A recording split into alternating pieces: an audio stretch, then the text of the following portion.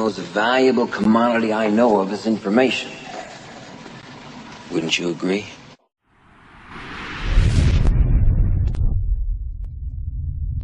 People tend to blame circumstances for their unhappiness. They say, someone close to me is sick, and that makes me unhappy. And I say to them, no, that doesn't make you unhappy. Someone else close to you is sick, that cannot make you unhappy. And they say, well, how is that possible? What do you mean? They're sick and I'm unhappy, and they must be making me unhappy. I said, no. Supposing that same person was sick and you didn't know about it. You just didn't know they were sick. Could you be unhappy? Well, of course not. How could I be unhappy about something I didn't know about? Well, they were sick. Their sickness didn't cause you to be unhappy. Their sickness existed independent of you. It's when you find out about it and process it and think about it in a certain way and you say, oh, that shouldn't be happening. Oh, that's awful. Or oh, that's my friend. Or that's my mother. Or those things shouldn't be happening to me. People don't want to take the responsibility and say, I am making myself unhappy by what I see in life. Now, you may not want to be joyful about someone close to you being sick, but you have to be responsible for what's going on inside of you. My job was to teach people how to find methods to be able to manage their emotions more effectively. I now believe that you have to be the method. Okay? There is no method that you can find. You can't rely on a method any more than if you're overweight, you can rely on a diet.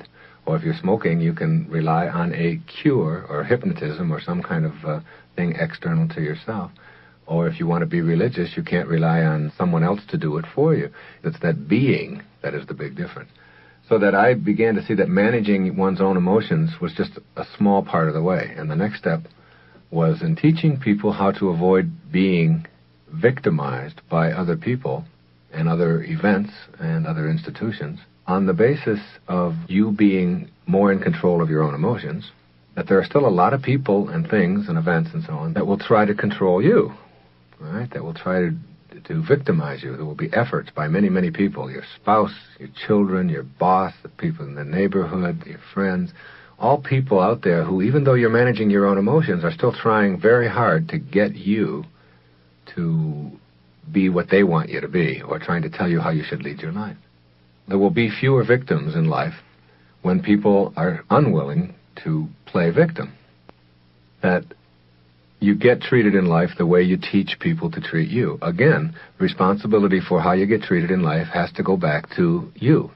If you've got people that abuse you, or are inconsiderate towards you, who do not like you, who are passing judgment on you, trying to control you, that only happens because you are willing to allow it. Not because the world is full of bad people. There's not any bad people out there in the world. I've heard it said that there's only 7 or 8 really bad people in the world. Of course, they move around a lot. So they're everywhere, right, to a lot of people.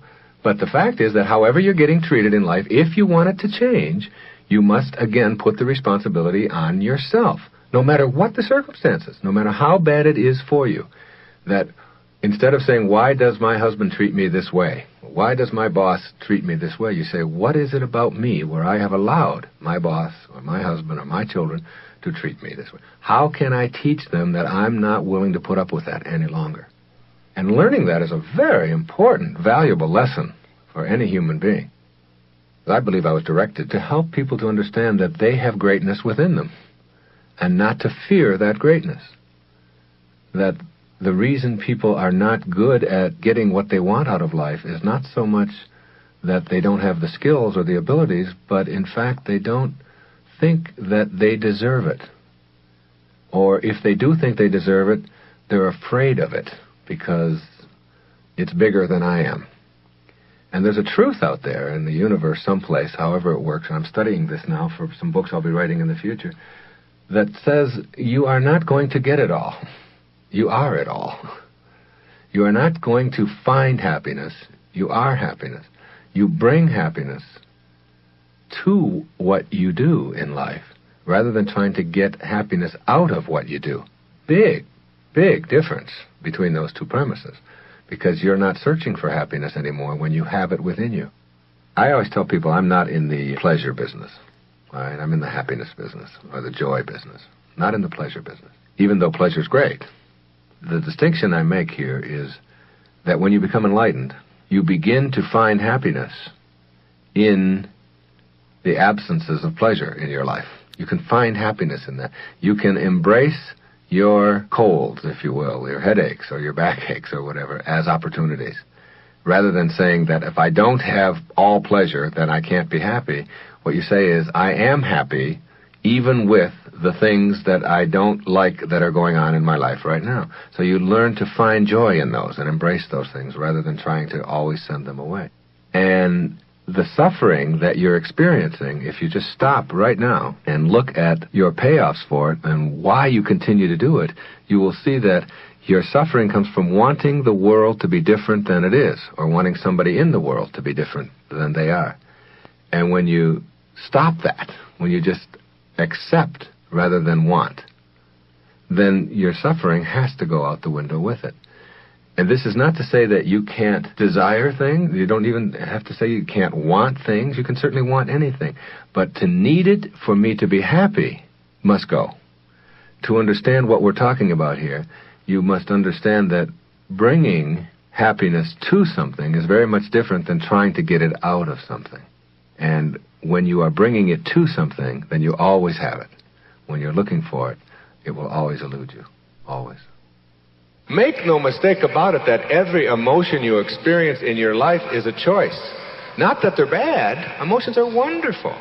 But if any emotion you experience in your life is immobilizing, keeping you from being where you want to be, keeping you from your purpose, from your mission, from your joy in life.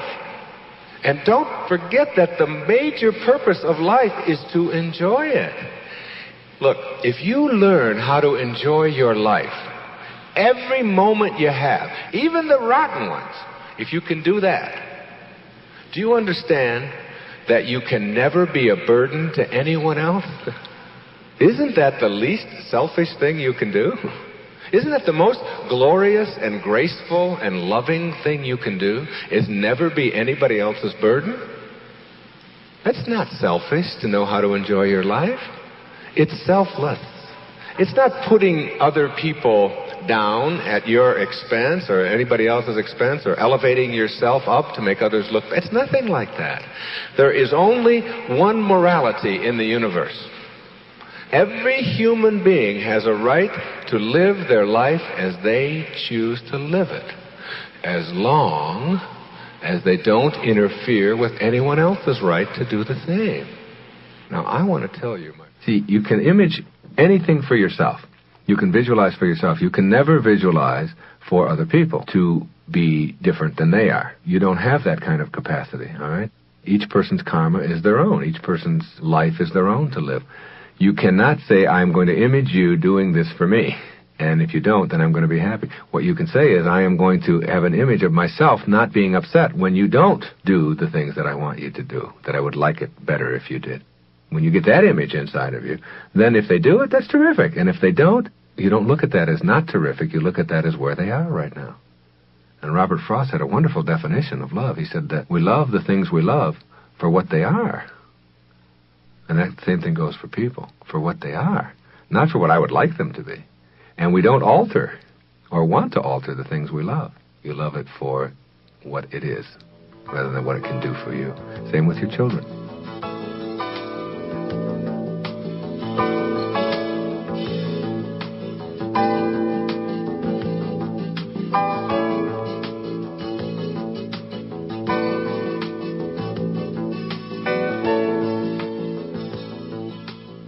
I have spent the last 10 months of my life almost exclusively in working on a book that will be out in the fall called What Do You Really Want for Your Children? And it's about applying the principles of all of my books to the raising of children. And I think about what is important. What is it that we want for our children? One of the things that I want for my children, for all the children of our world, which I think of them all as mine, I think we're all one, we're all in this thing together, is for them to grow up believing that they have a choice. You know, I have 5 children, and it's rare to see my children fight. They haven't been grown up on fighting. They have never had fighting reinforced as something that is only normal and kids only fight. They've always had a kind of a belief system that it's not normal to fight and be angry and to hate each other, and that those impulses are things that we can learn to tame and not have, because fighting and anguish and pain and despair are things that bring us down and kind of destroy our lives. My children have grown up with the different attitudes about almost everything. But one of the things they are is full of love. When my daughter was in the 2nd grade, she came home and she said, "Billy doesn't like me. Billy doesn't like me." She was all upset about that. I said, "I understand that. This is Billy's day. It's one of the things Billy does on Tuesdays. Do you like you?" "Oh, yeah, of course I like me." I said, "Well, that's all you've got." She'd go away, and she was used to her daddy talking to her weird like this. So many other daddies and mommies in the neighborhood say, "Oh, my goodness, what can we do to get Billy to like you? Let's see, maybe we'll give him some money. You know, maybe we'll let him play with your sandbox, or maybe we'll do whatever we can." You see, even at 2, a child doesn't have to learn that Billy's behavior toward her ought to be anything that brings her down. Do you understand that every moment in your life that you spend upset, despaired, anguished, angry, hurt because of the behavior of anybody else in your life is a moment in which you have given up control of your life? Is a moment in which you have said to the people in your world, "What you think of me is more important than what I think of myself. And so I will do whatever I have to do to get you to like me." Instead of, I will fill myself with love, and I will send that out into the world. And those that accept it, that's wonderful. And those that don't, that just happens to be where they are now. There is a karma to this planet that I'm only beginning to understand. But one thing I know is that when I put responsibility on me for my suffering, for my pain, for my difficulty, and when I send out love as my reaction to anybody else's anguish, that I get it back. And one of the nicest things about the universe is that it pays the highest interest rate of any bank on our planet. The universe gives 20 to 25% interest. If you send out $1,000 worth of love, you get back about $1,300 every time. You get your 1,000 back just to prove that what goes around comes around. And then you get a bonus. And the bonus is there just to remind you, this is the way to behave toward everyone. When you give something out into the universe, you get it back. In the simplest form, if somebody's walking down the street with a scowl on their face and you say, "Good morning, how are you this morning? Here's a newspaper for you," or whatever it is, and you just say something pleasant and loving and nice, you will see something pleasant and nice come back to you most of the time. If you don't, then that's a test. That's not a, "See, I told you it's not right." That's just your test. Most of the time, it will come back to you. A smile, you'll see, and you will feel better. Now, in the simplest form, that's what it is. That even applies to financial things. I remember a few years ago, my secretary was just all concerned about her income taxes, and she owed $500 more on her taxes, and it was the 14th of April. And she didn't know what she was going to do, and she didn't want to have to take out a loan and all of this. And I said, "Look, you've done so many great things for me this year. Here's $500. I'll just pay those taxes. I don't have any problem with it. I'll pay it. It won't affect me one way or the other." It wasn't really any great big gesture or magnanimous thing for me to do. It was just what seemed to be the right thing to do. The next day, in the mail, comes a check for $570 from Greece for an article that I had written for Family Circle magazine like 5 years before. It had been held up in some transaction in Greece, and there it was. The $500 back, plus $70 as a bonus. That principle applies all the time for me in my life, I have found. And I didn't know that 10 years ago.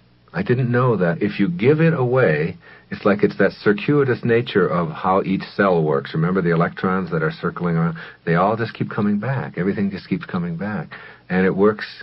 And we are, when you think of an endless universe, we're still just tiny little cells. The same principle is working. But getting people who have been conditioned to believe that it's the bottom line and it's profits, and if I don't see it, then I don't believe it. And so in this technological, externally oriented, fast-paced kind of hectic society that we have created, we tend to forget some basic human principles. I tell people over and over again, your opinions are trivial. The opinions that you have about all the things and all the most profound problems in the world are essentially trivial, and they make almost no difference what your opinion is. It's your commitment to it that really makes all the difference in the world. If you're opposed to starvation and are doing nothing about it, then you're part of the problem. You're not part of the solution at all. You're part of the problem. You're one more indifferent person who feels strongly but doesn't do anything, doesn't act on your beliefs. So the beliefs are important, but if they're not followed through by commitment, they just don't mean anything. And you take the most profound problem in the world and understand that you're trivializing it by having an opinion about it. And you take the tiniest, most insignificant problem in the world, and if you have a commitment to doing something about it, that's the most profound thing you can do. And raising my children, what I have tried to do is to teach them to back up what it is they say. All right? Don't just tell me what your opinions are about it. What are you doing? You have thoughts that you create. Then you have emotions that come from those thoughts. That's how our system works. And then you have behavior that comes from our feelings. And you don't bypass. All right? You need to have the opinion, and you certainly need to have the emotion that goes with it. But without the commitment, it's meaningless. It just doesn't make a difference in the world. And making a difference is what it's about. Making a difference is commitment. We just talked briefly about something else that I think is very important, and that is the importance of modeling, or being an example. The highest place you can get to is be the person who, whatever it is that comes out of your mouth is what is. And that's the purest form of sanity there is. That's the highest place you can get to, where whatever you say is what you follow through on. And that precludes maybe exaggerating for making a point or something like that. When you let something come out of your mouth, or when you behave in a certain way, that it is consistent always with the beliefs that you have, you're going to exaggerate something that doesn't need to be exaggerated. And you stop yourself. This is the place I'm at now in my life, where I'm trying to do this more and more, working at this, where I might have just exaggerated by a number or something. 2 million books were sold last week instead of 150,000 or whatever it is. And stop yourself. Like the need to distort your reality. Where does that come from? Why do you need to do that? No one cares. It doesn't make any difference. So that when you're doing that, usually if you're lying in any way, you know when you're doing it that it's a distortion. And after a while, if you distort enough, it becomes a habit. And correcting that habit and really going to work on that, whether you call it integrity or whether you call it the ability to live by example, and being a model, like with your children, it's so important to live what it is that you say rather than to be something different for them or try to pretend that you're something different than you are. I don't just get up in front of an audience, or I don't just sit down and write about something that's nice for you, but I don't have to do that. I am it. And what I've written in Gifts from Icus and The Sky's the Limit, particularly in the Raising Children book, is what I am living each day of my life. Getting yourself to that point, that important integrity point, where what comes out of you is exactly what is in the world, and that if you're going to try to be persuasive or be a leader or make a difference in the world, then you do that by modeling, by providing an example up and down the line. And anytime you detract from that example, then you are not being authentic. And being authentic is a part of being enlightened, and it's very important to have that concept down cold. You can't be cheating on your income tax and punishing your children for being dishonest and be an authentic, enlightened person at the same time. You can't be blowing cigarettes in their face and telling them about the evils of addiction and be an enlightened, authentic person. You can't be out of shape and slobby and living a flabby lifestyle and tell your children about the importance of nutrition and be authentic and be an enlightened person. And you can't expect anybody that you work with in any business capacity to want to listen to what you say if what you say is different than what you are. The most valuable commodity I know of is information. Wouldn't you agree?